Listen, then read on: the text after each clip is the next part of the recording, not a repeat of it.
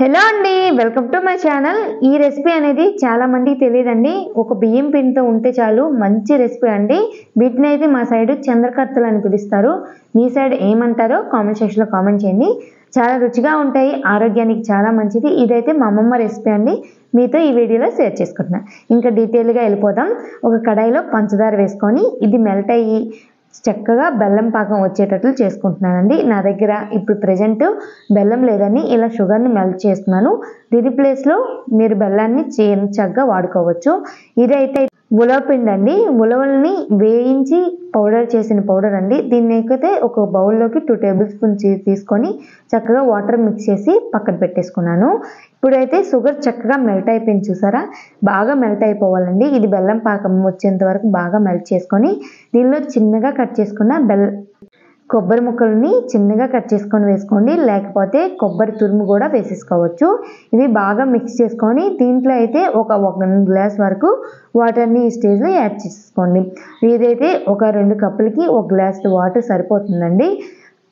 ఈ వాటర్ వేసుకున్న తర్వాత తీగ పాకం వచ్చేసింది కదా, పాకం అనేది ఇది కరిగేంత వరకు బాగా గ్యాస్ స్టవ్ పై మరగబెట్టేసుకోండి. చక్కగా మరగబెట్టేసుకోండి. నేనైతే 2 గ్లాసుల వాటర్కి 1.5 కప్పులు బియ్యం పిండి సరిపోతుంది. ఇలా తెల్ల కాగిన తర్వాత ముందుగా కలుపుకున్న ఉలవపిండిని వేసుకోవాలి. ఉండలేమీ లేకుండా చక్కగా ఉలవపిండి కలుపుకోండి.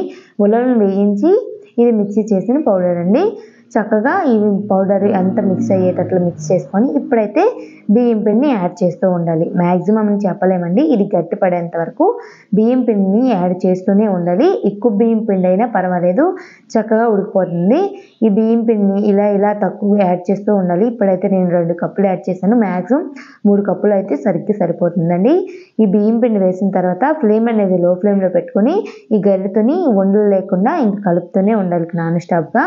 ఇంకా కొద్దిగా నెయ్యిని వేసుకుంటే ఫ్లేవర్ చాలా బాగుంటుంది. ఒక 2 టేబుల్ స్పూన్ వరకు వేసుకొని చక్కగా ఇది కడాయి నుండి రిమూవ్ అయ్యేంత వరకు బాగా కలిపేసుకోవాలన్నమాట. ఎంత స్మూత్గా టేస్టీగా చాలా బాగుంటుంది. ఇంకా పలుచగా ఉంది, గట్టిగా లేదనిపిస్తే ఈ స్టేజ్లో 1 కప్పు బియ్యం పిండిని యాడ్ చేసుకోండి. చక్కగా ఈ బియ్యం పిండి ఉండలేమి లేకుండా ఒక చెక్క గరిటెతోని బాగా కలిపేసుకోండి. ఇలా కలుపుకొని ఇంకా బాగా మిక్స్ అయిపోయింది అనే టైం ఇప్పుడు దీన్ని కొద్దిగా చల్లారిన తర్వాత లేదా వేడివేడిగా ఉండేటప్పుడు ఒక ప్లేట్కి నెయ్యిని లేదా ఒక ఆయిల్ని అప్లై చేసి చక్కగా ప్లేట్ మొత్తం బాగా రాసేసుకోండి. తర్వాత ఒక ప్లేట్లోకి ఈ మిశ్రమాన్ని మొత్తం వేసి వేడివేడిగా ఉన్నప్పుడే బాగా కేక్లా టర్న్ చేసుకోండి అనమాట. కేక్లా సర్దేసేసుకోండి. ఇలా సర్దుకున్న తర్వాత ఒక 5 నిమిషాల తర్వాత సర్వ్ చేసుకున్నామంటే ఎంతో రుచికరమైన చంద్రకత్తలు రెడీ అయిపోతాయండి. వీటికి మీ సైడ్ ఏమంటారో తప్పకుండా మన కామెంట్ సెక్షన్లో కామెంట్ చేయండి.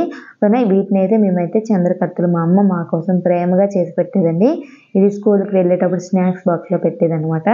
మాకు చాలా రుచిగా అనిపించేది. ఇది బెల్లంతో తయారు చేయడం వల్ల ఇంకా హెల్తీకి చాలా మంచిది అనమాట.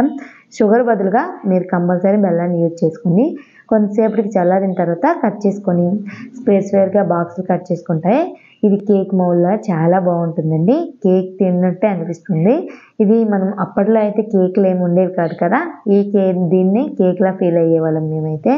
చాలా స్మూత్గా స్పాంజీగా చాలా టేస్టీగా అనిపిస్తుంది. నోట్లో పెట్టుకుంటే వెన్నెలా కరిగిపోతుంది అనమాట. మీరు ట్రై చేయండి, ఓకేనా? నచ్చితే మాత్రం తప్పకుండా మన ఛానల్ని వీడియోకి ఒక లైక్ చేయండి, ఛానల్ని షేర్ చేయండి, మన ఛానల్ని సబ్స్క్రైబ్ చేసుకోండి, ఓకేనా? బాయ్. రెసిపీని మాత్రం ఒకసారి ఇంటి దగ్గర ట్రై చేయండి, ఓకేనా?